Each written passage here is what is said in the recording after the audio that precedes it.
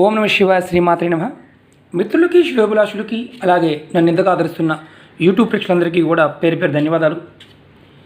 చాలామంది మిత్రులు మెయిల్స్లోనూ కామెంట్స్లోనూ శ్రీనివాస్ గారు మాకు సొంత ఇల్లు కట్టుకునే అవకాశం కలగడం లేదు, ప్రయత్నం చేస్తున్నాము, అవ్వడం లేదు, ఒక సొంత ఇల్లు ఉండాలి, కారు ఉండాలి, ఐశ్వర్యం కావాలి, ధనం కావాలి అని చాలా వరకు మెయిల్స్ వస్తూనే ఉన్నాయి. వారందరి కోసం ఈ రోజున ఒక తేలికైన యంత్రం ఎలా తయారు చేసుకొని ఇంట్లో పెట్టి ఆరాధన చేస్తే ఎలాంటి ఫలితాలు కలుగుతాయో మీకు తెలియజేస్తాను. ఈ యంత్రాన్ని ఎప్పుడు తయారు చేసుకోవాలి, ఎలా తయారు చేసుకోవాలి చెప్తాను. దీనికి కావాల్సింది 3 చెట్లు ఆకులు కావాలి, ఆవు పాలు కావాలి, గోమూత్రం కావాలి. అందుట్లో మర్రి ఆకు, రావి ఆకు, అలాగే మేడి చెట్టు ఆకు, అలాగే ఒక వైట్ పేపర్, తెల్లటి పేపర్ కావాలి. అది కూడా మనం A4 తీసుకోవచ్చు, అంటే 12x12 తీసుకోవచ్చు, 8 అంగుళాలు తీసుకోవచ్చు, 4 అంగుళాలు తీసుకోవచ్చు. అంటే అటు 4 ఇటు 4 ఉండే అంగుళాలు, చిన్నదైనా పర్వాలేదు, ఎలాంటి ఈ సైజుకి నియమం లేదు, కానీ ఇది ఫ్రేమ్ చేసుకోవడానికి పెట్టుకోవడానికి కావాలన్నమాట. ఇది ఎప్పుడు చేయాలి, ఎలా చేయాలి చెప్తాను. అసలు ఈ ప్రయోగం చేయడం వల్ల మనకి కలిగే లాభం ఏంటి? మీరు ఈ ప్రయోగాన్ని మనస్ఫూర్తిగా, నమ్మకంగా, మీ మీద మీకు నమ్మకంగా మీరు చేస్తే మీకు ఖచ్చితంగా సొంత ఇంటి కల నెరవేరుతుంది. అలాగే మీకు ధనం, ఆగిపోయిన ధనం కానీ, రావాల్సిన ధనం కానీ, ఐశ్వర్యం అంటే అంతకుముందు మీరు ఎప్పుడైనా సరే ఏదైనా ప్రాపర్టీ కొని దాన్ని సరిగ్గా రేట్ లేదనుకోవడమో, లేకపోతే ఉంటే వస్తువు కూడా అమ్ముతున్నప్పుడు రేట్ రాకపోవడమో ఇలా జరుగుతూ ఉన్నా మీకు అవి మంచి రేట్ రావటం, మీకు అద్భుతమైన అవకాశాలు కలగటం జరుగుతుంది. ఈ ఆకుల్లో ఉన్న శక్తి, చేసే విధానం మనస్ఫూర్తిగా చేస్తే ఇది అద్భుతమైన ఫలితాలు రావడానికి అవకాశం ఉంటుంది. మిత్రులారా, ఇది యంత్రం తయారు చేసుకోవాలి, పరిపూర్ణమైన విశ్వాసంతో చేయండి, ఫలితాలు వస్తాయి. చెప్పిన పదార్థంతోనే చేయండి. అంతకంటే మీ సొంత తెలివితేటలు ఉపయోగించి ఇంకొకటి చేస్తే, సబ్స్టిట్యూట్ చేస్తే అవదా అనే ఆలోచన మర్చిపోండి. తంత్రం అంటేనే ఆ పదార్థానికి ఆ పదార్థంతో చేస్తేనే ఫలితం వస్తుంది. ఓకే మిత్రులారా, మీకు ఈ వీడియో నచ్చినట్లయితే లైక్ చేయండి, నా ఛానల్ సబ్స్క్రైబ్ చేసుకోండి, గంట సింబల్ని యాక్టివేట్ చేసుకోండి, 10 మంది మిత్రులకి షేర్ చేయండి. ఎలా చేయాలి, ఏ విధంగా చేసి చెప్తాను మీకు నేను. ముందు మనం ఈ ఉపాయానికి పేపర్ తీసుకున్నాం కదా, తర్వాత ఏం చేయాలంటే ఈ ఉపాయాన్ని సోమవారం నాడు ఉదయం చేయాలి. ఏ సోమవారం చేయవచ్చు, నెలసరి ఉంటే మాత్రం చేయమాకండి. అలాగే చనిపోయిన వారు ఎవరైనా ఉంటే చేయమాకండి.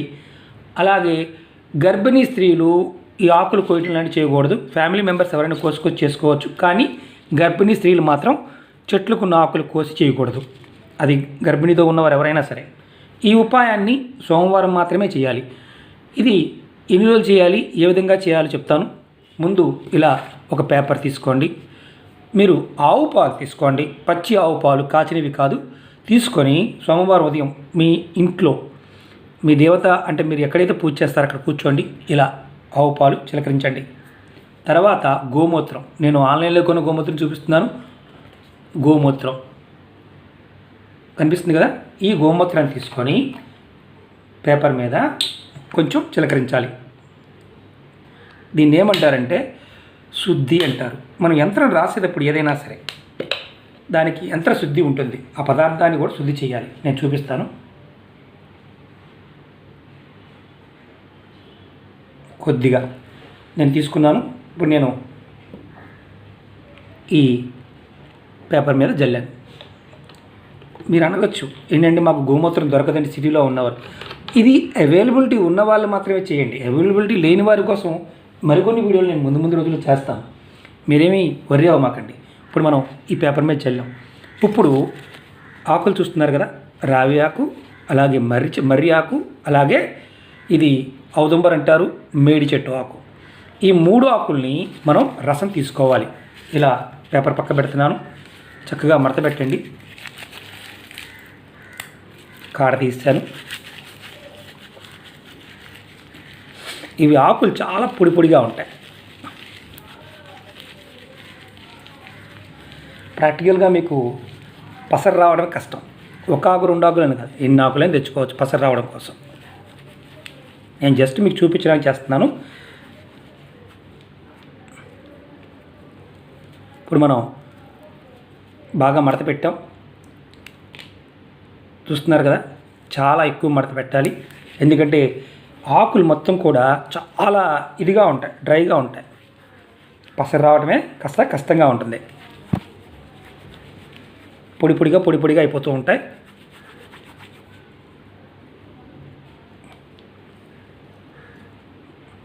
చూడండి, పసరు కనిపిస్తుంది కదా. దీన్ని మనం బాగా నలపాలి. నేను ఒక ఆకు ఎందుకు చూపించానంటే యంత్రం రాయడానికి కోసం చూపించాను.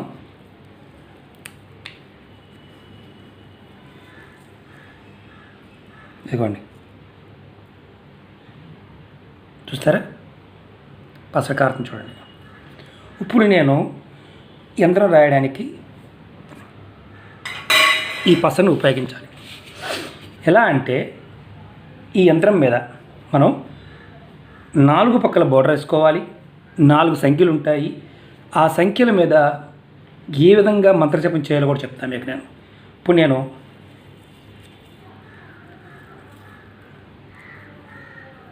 చూడండి,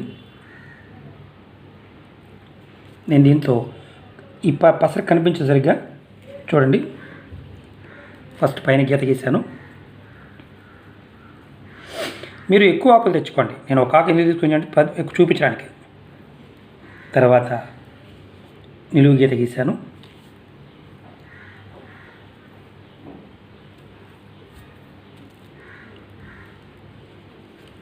అలాగే దీన్ని 4 పక్కల ముందు బోర్డర్ గీశాను.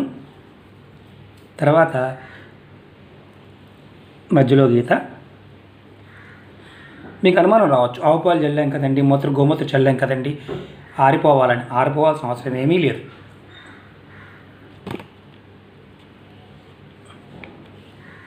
చూసారు కదా, 4 భాగాలు చేశాను. ఇప్పుడు ఫస్ట్ భాగంలో మన చూపుడు వేలుతో ఏదైతే పసరు తీస్తున్నామో చూపుడు వేలుతో గీస్తున్నాను చూడండి. ఇది చేత్తో గీయాల్సిన యంత్రమే. దీంట్లో 6 నెంబర్ వేయండి. తర్వాత రెండో గడిలో నేను పసరు తీస్తూ రాస్తున్నాను. 1 రాయండి. కనిపించాలా గురువు గారు అంటే కనిపించాల్సిన అవసరం లేదు, ఎందుకంటే ఆకు పసరు కాబట్టి. చూడండి, నేను చేత్తో పక్క చేస్తున్నాను, ఎందుకంటే కెమెరా ముందు 2 చేయడానికి వీలు కాదు కాబట్టి. రాశాను కదా. తర్వాత 6 కింద 9 రాయండి. 9.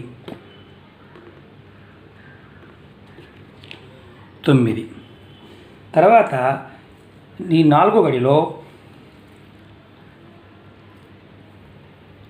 8 రాయండి.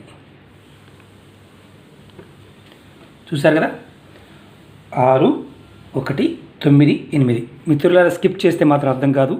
చాలా పవర్ఫుల్ యంత్రం ఇది, మనం ఎవరైనా చేసుకోవచ్చు. ఇప్పుడు మనం యంత్రం మీద రాసాము. ఎదుగోండి, నా చేతులు కూడా చూడండి ఎలా ఉన్నాయో. కాబట్టి ఇది పక్కన పెట్టేసుకోండి. ఇప్పుడు ఏం చేయాలంటే, మనకి పాలతో కూడా పని అయిపోయింది. ఈ యంత్రం మీద మనం ఫస్ట్ 6 మీద మన చూపుడు వేలు పెట్టి, ఇలా చూపుడు వేలు పెట్టి పూజా మందిరంలోనే ఓం నమః శివాయ అనే మంత్రాన్ని 108 సార్లు అనుకోవాలి. మీరు జపమాల చేసుకోవాల్సిన అవసరం లేదు. ఒక 2 నిమిషాల సేపు మనసులో ఓం నమః శివాయ ఓం నమః శివాయ అనుకోండి, మీకు 108 సార్లు ఆటోమేటిక్గా అయిపోతాయి. అలాగే తర్వాత 1 మీద చేయబెట్టండి, అదే చూపుడు వేలు. తర్వాత ఓం నమో భగవతే వాసుదేవాయ, ఓం నమో భగవతే వాసుదేవాయ రెండో అంటే 1 మీద పెట్టి అనుకోవాలి. అలా 108 సార్లు. తర్వాత 9 అంకె మీద పెట్టాలి చూపుడు వేలే. ఓం శ్రీ విష్ణువే నమః 108 సార్లు అనుకోవాలి. ఓం శ్రీ విష్ణువే నమః అని 9వ నెంబర్ మీద పెట్టి అనుకోవాలి. తర్వాత 8వ నెంబర్ మీద కూడా చూపుడు వేలే పెట్టి ఓం నమో నవనాదాయ నమః, ఓం నమో నవనాదాయ నమః అనే మంత్రాన్ని 108 సార్లు అనుకోవాలి. మీరు ఇది సోమవారం నాడు ఉదయం చేయాలి, మీ పూజా మందిరంలో చేయాలి. ఇలా ఆకులు కూడా సోమవారం ఉదయమే తెచ్చుకోవాలి. మేడి ఆకు, మర్రి ఆకు, రావి చెట్టు ఆకు, ఇవి చాలా డ్రైనెస్గా ఉంటాయి, పసరు రాదు. కొంచెం ఎక్కువ ఆకులు తెచ్చుకొని తీసుకోవచ్చు. ఇలా యంత్రం పేపర్ మీద తయారు చేసుకోవాలి. అసలు మనకి ఏంటి లాభం, ఈ మంత్ర జపం చేయడం వల్ల ఏంటి లాభం? దీనివల్ల మనం ఇలా చేయటం వల్ల భూత బాధలు తొలగిపోతాయి. తాంత్రిక ఉపయోగాలు మన మీద పనిచేయవు. ఇంట్లో నుంచి బయటికి వెళ్ళి మామూలుగా ఏంటంటే మనకు ఒక సమస్య ఉంటుంది. ఇంట్లో నుంచి బయటికి వెళ్తాం, వెళ్ళి ఏదేదో దొక్కుతాం, లోపలికి వస్తాం. అలాంటి సమస్య కూడా మన మీద పనిచేయదు. అలాగే మనం శివ జపం చేస్తున్నాం, విష్ణు జపం చేస్తున్నాం, అలాగే వాసుదేవ అంటున్నాం. ఎంతమంది దేవతలు మనం ఆహ్వానించాం, నవనాథులను కూడా ఆహ్వానించాం. ఈ జపం చేయడం వల్ల మనకి ఏంటంటే సహజంగానే విష్ణు జపం చేయడం వల్ల సుఖ సంతోషాలు వస్తాయి, మనకి ప్రగతి అభివృద్ధి కలుగుతుంది, అలాగే గౌరవ మర్యాదలు కూడా పెరుగుతాయి. మనకి శివుడు జపం చేయడం వల్ల మనకి సుఖశాంతులు, అంటే మన మనసులో ఉండే రుగ్మతలన్నీ కూడా తగ్గడానికి అవకాశం ఉంటుంది. ఈ యంత్రానికి అద్భుతమైన శక్తి ఉందన్నమాట. మనం ఈ యంత్రాన్ని మనమే తయారు చేసుకున్నాం, ఎవరు వేరే వాళ్ళు తయారు చేయాల్సిన అవసరం లేదు. మనకు మనంగా తయారు చేసుకోవాలి. ఇంట్లో ఆడవారైనా మగవారైనా చేసుకోవచ్చు. ఇందులో వేరే వేరే కాన్సెప్ట్స్ ఏమీ ఉండవు. కానీ నెలసరి ఉన్నప్పుడు చేయకూడదు, అలాగే ఎవరైనా చనిపోయిన ఉన్నప్పుడు చేయకూడదు, అలాగే గర్భిణీ స్త్రీలు తయారు చేయకూడదు. ఈ మంత్రజపం అయిపోయిన తర్వాత మనం ఏం చేయాలంటే చక్కగా ఇది ఇలా పెట్టుకొని ఆవు నేతితో దీపం వెలిగించి దీపం చూపించాలి, అలాగే ధూపం చూపించాలి. మీకు వీలైతే మీకు పాయసాన్ని, అన్న పాయసాన్ని బెల్లంతో చేసి తయారు చేస్తారు కదా, నైవేద్యంగా పెట్టండి. లేదంటే స్వీట్స్ నైవేద్యంగా పెట్టండి. ఏదీ లేదండి అనుకుంటే మాత్రం ఒక బెల్లం ముక్కని నైవేద్యంగా పెట్టండి. ఈ యంత్రానికి పెట్టిన తర్వాత మీరు ఏం చేస్తారంటే ఆ రోజు సోమవారం నాడు ఉంచేయండి. మంగళవారం నాడు ఈ యంత్రాన్ని మీ ఇంట్లో ఉత్తరం వైపు గోడకి లేదా ఒక ఫ్రేమ్గా తయారు చేసుకునైనా సరే మీరు పెట్టుకోవచ్చు. ఫ్రేమ్ లేదంటే ఒక అట్ట ముక్క మీద, గట్టి అట్ట ముక్క మీద మీరు దీన్ని అంటించుకోవచ్చు. అంటించుకొని మీరు ఉత్తరం వైపు గోడ, మీ ఇంట్లో ఉత్తరం వైపు గోడకి తగిలించండి. తగిలించి ప్రతిరోజు కూడా మీరు స్నానం చేసిన తర్వాత ఈ యంత్రానికి మీరు ధూపం చూపిస్తూ సాంబ్రాణి ధూపం చూపించండి. అంతకన్నా ఏమీ చేయాల్సిన అవసరం లేదు. మీరు బయటికి వెళ్తున్నప్పుడు, ఏదైనా పని మీద బయటికి వెళ్తున్నప్పుడు యంత్రం దగ్గరికి వెళ్ళి నమస్కారం చేసుకుని మనస్ఫూర్తిగా నాకు ఈ పని కావాలి, సక్సెస్ కావాలని కోరుకొని బయటికి వెళ్ళండి. మీకు ఎదురుండదు. ఈ యంత్ర ఆరాధన వల్ల మీకు ఇల్లు, వాహన యోగం, అలాగే ధనం, ఐశ్వర్య వృద్ధి కలుగుతాయి. కానీ అంటే మనం ఎప్పుడు గుర్తుంచుకోండి, పరిపూర్ణమైన విశ్వాసంతో, నమ్మకంతో చేసినప్పుడు మాత్రమే పనిచేస్తాయి. రెండోది, ఆకులు ముందు రోజు మాత్రమే కోసుకొని రాకూడదు. ఆ రోజు మాత్రమే కోసుకువచ్చి యంత్రాన్ని చేసుకోవాలి. ఓకే మిత్రులారా, మీకు ఈ వీడియో నచ్చినట్టు లైక్ చేయండి, నా ఛానల్ సబ్స్క్రైబ్ చేసుకోండి, గంట సింబల్ని యాక్టివేట్ చేసుకోండి, 10 మంది మిత్రులకి షేర్ చేయండి. మీకు అనుమానాలు రావచ్చు ఎప్పుడు మార్చుకోవాలని. ఈ యంత్రం మన జీవితకాలం ఉంచుకోవచ్చు. యంత్రం పాడైపోయింది అనుకున్నప్పుడు మాత్రం యంత్రాన్ని మార్చుకోండి. ఓం నమః శివాయ, శ్రీమాత్రే నమః.